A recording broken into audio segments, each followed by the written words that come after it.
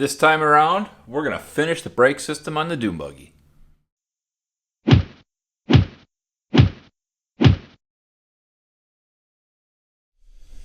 Alright, just to make it a little easier to get to where the pedal cluster is going to go and get things going here, what we're going to do for now is just take the steering wheel off, take this support off, and just get it out of the way so we can have an easier time working here.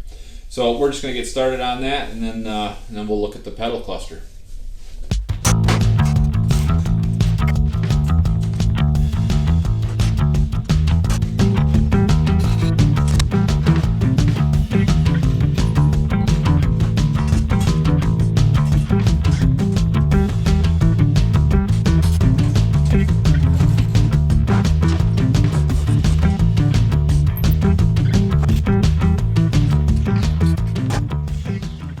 This is the pedal cluster assembly that we'll be installing here. A couple of things we need to take care of before we can actually get this bolted in. First thing we have to do is actually get the clutch cable installed. There's a tube inside the tunnel here that runs all the way to the back to the transmission. That's going to be kind of a messy job. We got to make sure everything's greased up. We got to clean out the tube and make sure that's ready to go.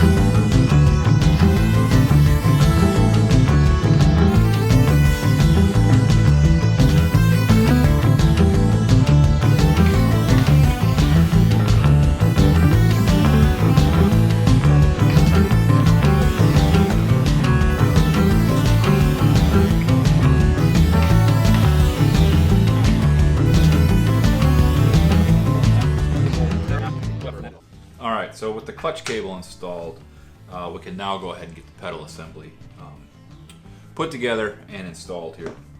So here's the assembly we've got. This is a replacement one that I had to purchase. One thing I did shortly after I bought this, I actually took the whole thing apart, made sure it was in good shape. I did drill and tap and put a grease zerk in here so I can re-grease this whenever I want. So now this is all set to go. We still have the cable hanging out here. All we have to do is hook the cable around the end of the clutch shaft here, and then we'll slide the assembly in. Here's a little tip for you though, if you're doing one of these Volkswagens. I'm going to take a zip tie, and I'm actually going to tie that around the assembly here where it attaches to the clutch cable, and that's going to help hold that cable so it doesn't become unhooked as we're trying to put everything together here.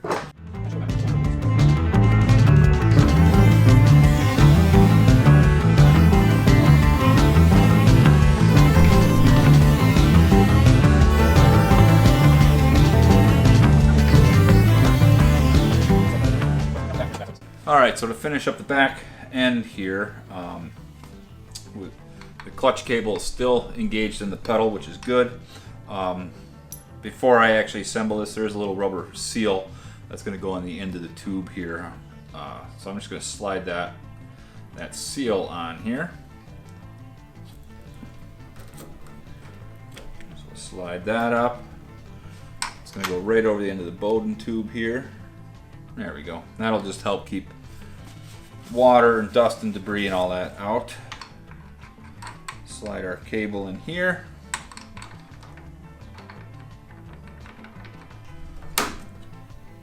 And that's it. That's as far as we need to go right now. We just needed to keep some tension on this cable so we don't become unhooked. We will come back later and tighten this up once we have the clutch installed. So now we can hop back up and finish up front. Okay, now that we got the clutch cable connected here, now we got to go ahead and get the brake pin push rod installed here. I'll do that next.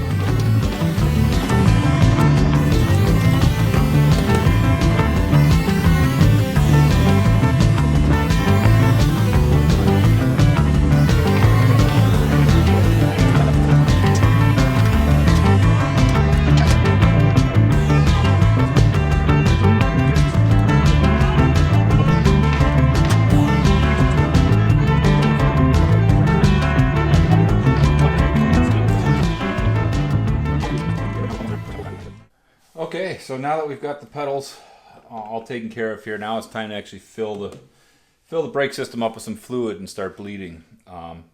What we did in preparation for that is I went ahead and removed all the wheels. We got it jacked up on stands. Wheels are removed because we're going to put some fluid in here. What we're going to do for now is we're just going to open all the bleeders, and we're just going to let this gravity bleed for a little while. For this car, we're actually going to be using the .5 brake fluid. This is a silicone based fluid. I like that for this car because it doesn't absorb water. But more importantly, if I spill any of this when I'm doing a refill in the future, it's not going to hurt the paint. So we're going to go ahead and start filling this up here, and then we'll get working on the bleeders. While we're waiting on the lines to gravity bleed here, I do want to go ahead and lock up the brakes. I want to make sure all the shoes are tight up against the drums. That way, when we do actually start bleeding again, it won't. The shoes won't move, so there's nothing going to be moving in the cylinder. So it'll only be fluid that moves. To do that on these Volkswagens, the reason we had to take the tires off is so I could get to this hole right here. Because right inside, if I shine a flashlight down in there, is that little star adjuster that we put together when we put the brakes on. So all I got to do is I just take a little brake spoon here, reach into that hole, and now I can just simply start tightening that.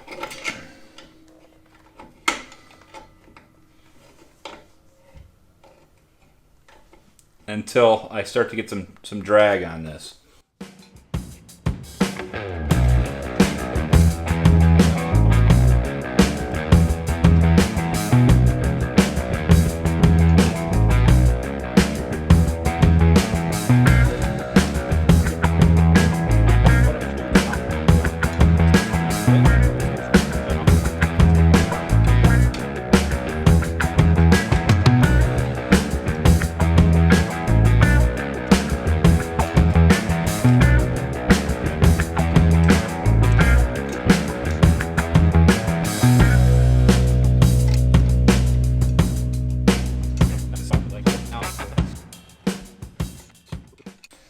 Now this should be just about locked up.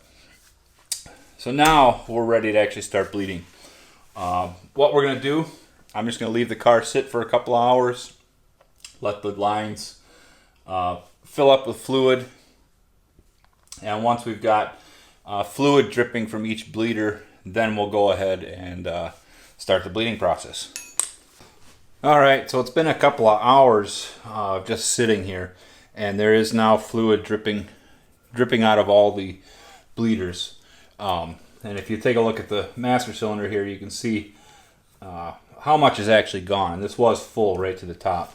So what we're going to do now is actually start the manual bleeding process. So I'm just going to top this off. I'm just going to fill it right up to the top.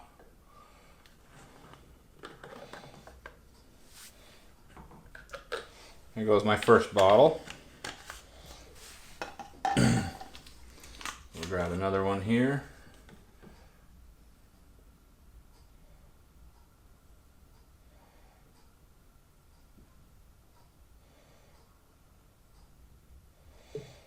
All right, so I got it full right to the brim here. And so now what we'll do, we're just gonna put the cap on, just so we don't have anything come squirting out on us here. And now we can actually start bleeding. So what I'll do is I'm going to hop back to the furthest wheel cylinder, which is the rear left one, and we'll start the process. So let's go hop to the back here. Okay, so back here in the rear of the car, what we're going to do is we're going to hook up a hose to the bleeder valve here, and we're going to put that hose into just a clear plastic bottle. What I'll do here is I'm just going to dump a little bit of fluid into that. Doesn't take a lot. I just want the end of the hose to be in fluid. And now we'll just tighten up the cap. You see I just put a little hole in the top of the cap here. And now I can take my wrench. I'll just slip the wrench in place.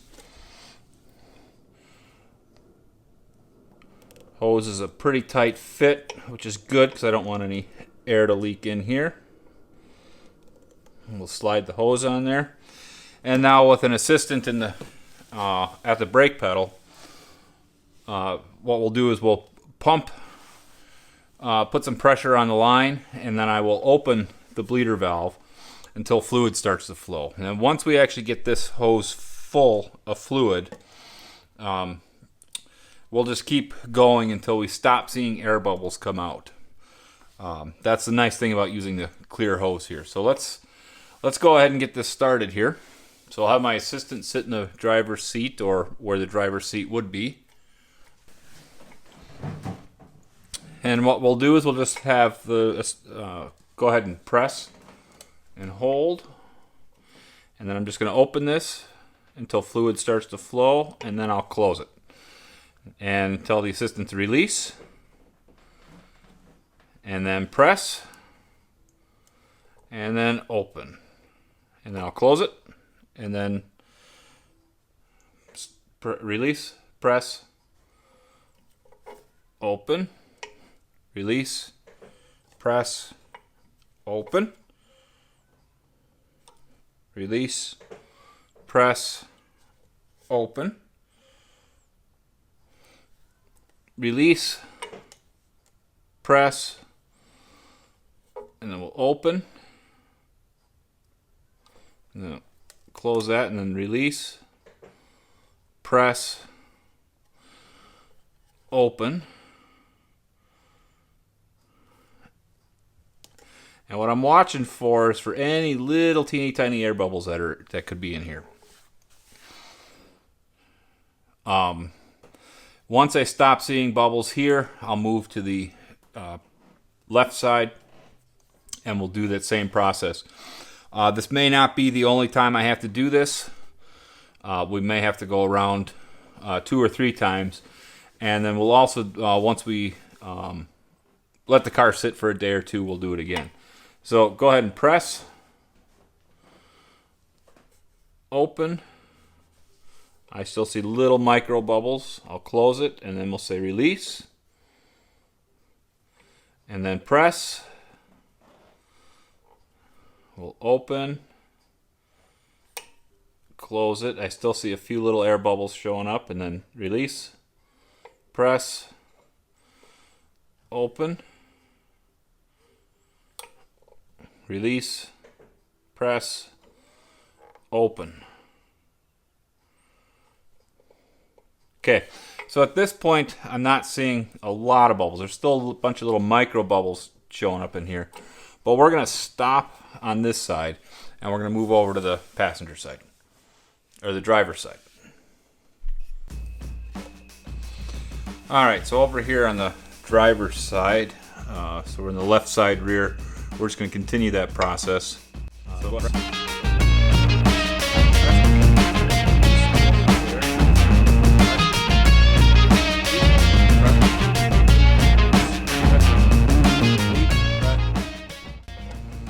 Alright, at this point I'm not really seeing any bubbles come out. So now we can move to the front right, and we'll bleed that side.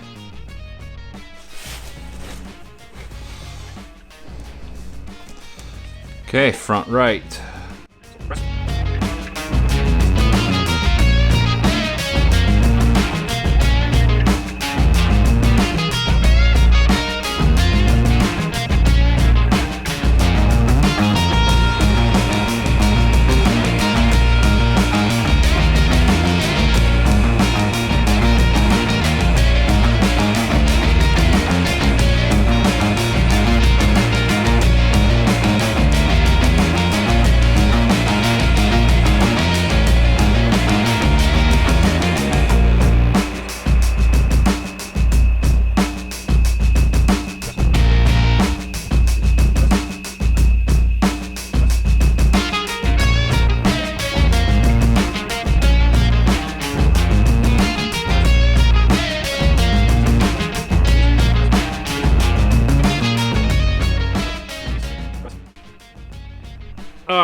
going to go to the other side now.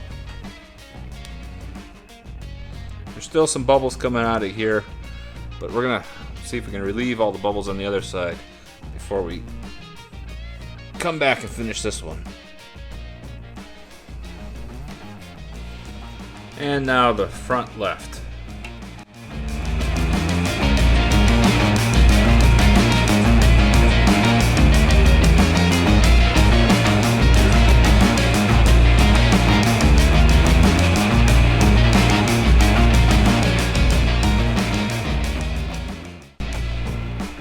Alright, as we're doing this, one thing you want to keep an eye on is the master cylinder. We've got a lot of fluid that's been coming out, and so we want to make sure we keep that topped off. The last thing you want to do is reintroduce air into the system because you let this go dry.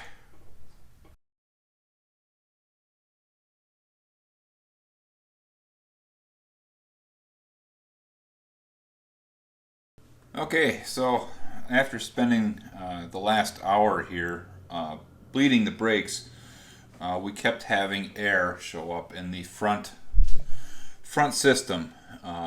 We are getting a bit of a pedal. It's firming up, but we still can't get all the air out.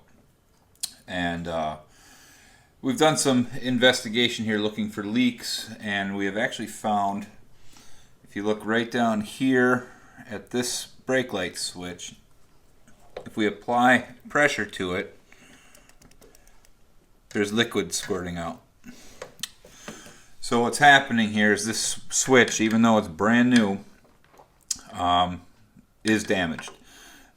It's just not sealing. So we just keep sucking air back up into here. We didn't notice this was happening until we actually started really applying brake pedal pressure to it.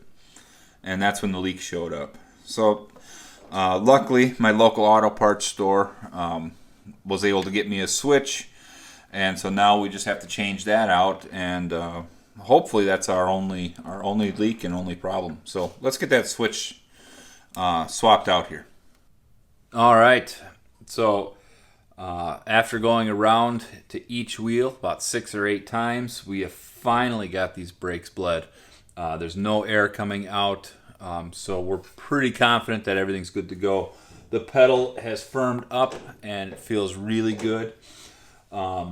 We've gone through quite a bit of fluid. I've got this much that's going to be waste. We're not going to reuse any of it. So we'll just dispose of that. But really the final step here is just to readjust the brakes. Because in the beginning, we adjusted the brakes really tight so nothing would move. So as we were bleeding, we were just pushing fluid around. We weren't moving the wheel cylinder. What we have to do now is go back to each wheel and actually adjust them proper. We've already gone ahead and done this one here. We've got it set so there's just a slight bit of drag. We're going to leave it like that for the time being. What we'll do is we'll wait until we've actually taken it for a test drive, gone around a couple of times and kind of let the brakes settle in, then we'll readjust.